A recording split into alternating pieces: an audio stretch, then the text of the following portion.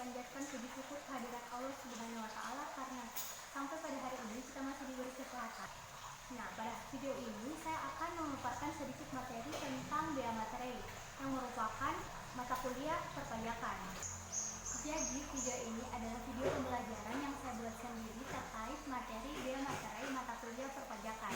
Nah, ini bisa dijadikan sebagai acuan pembelajaran materi bea materai. Nah, namun sebelum melangkah lebih jauh ke materi, ada baiknya kita perkenalan terlebih dahulu. Nama saya Ayu Aliska, NIM 18 2014 Saya berkuliah di IAIN Kota Pasar. Tanpa membuang-buang waktu, mari kita lihat penjelasan mengenai materi bea materai. Let's get started.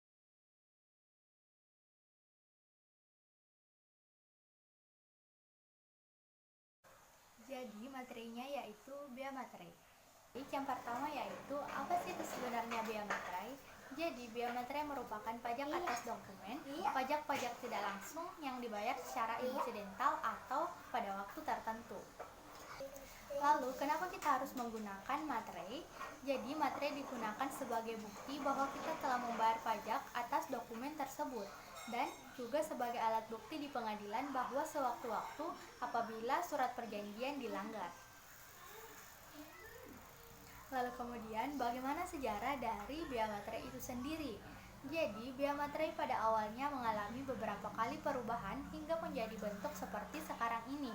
Saya akan menjelaskan secara singkat bagaimana sejarah dari bea materai. Saya akan membaginya ke dalam 3 periode. Yang pertama yaitu pada tahun 1817 hingga 1921, di mana pada saat itu adalah masa penjajahan Belanda, di mana pada saat itu bea materai disebut dengan De Heffing van het Recht-Kleinigel.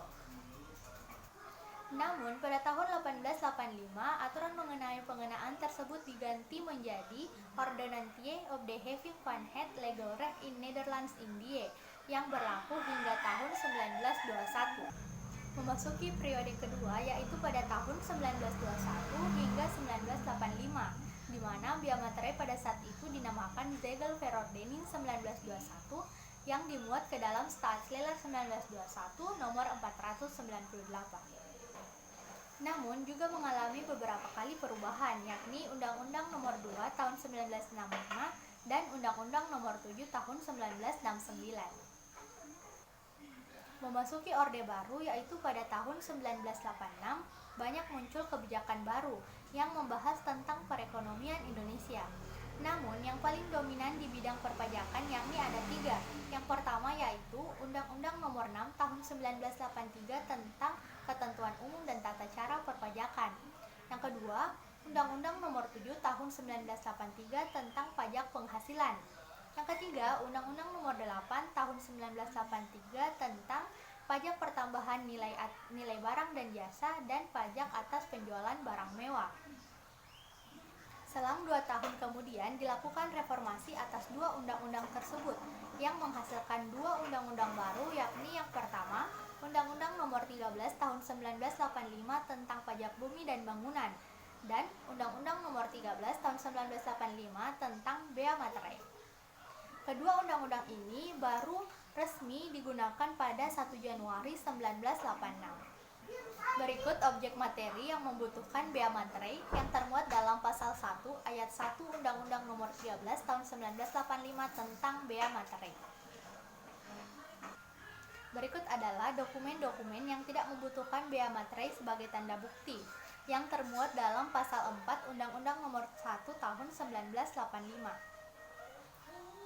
Selanjutnya yaitu tarif bea materai, di mana bea materai terdiri dari 2.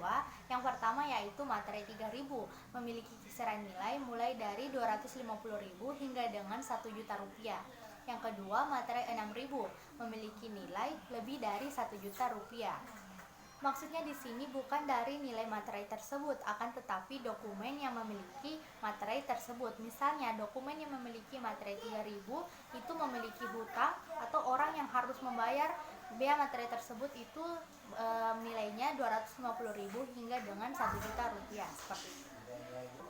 Hal ini tercantum dalam pasal 2 ayat 2, pasal 2 ayat 4 Undang-Undang Nomor 13 Tahun 1985 dan Peraturan Pemerintah Nomor 24 Tahun 2000.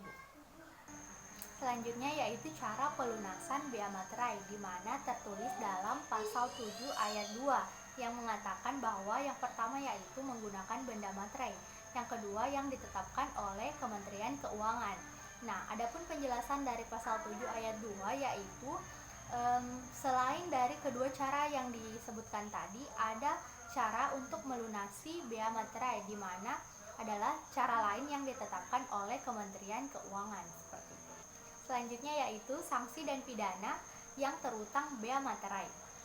Yang pertama, tidak atau kurang dilunasi utang bea materai itu mendapatkan sanksi administrasi sebesar-besarnya 200%.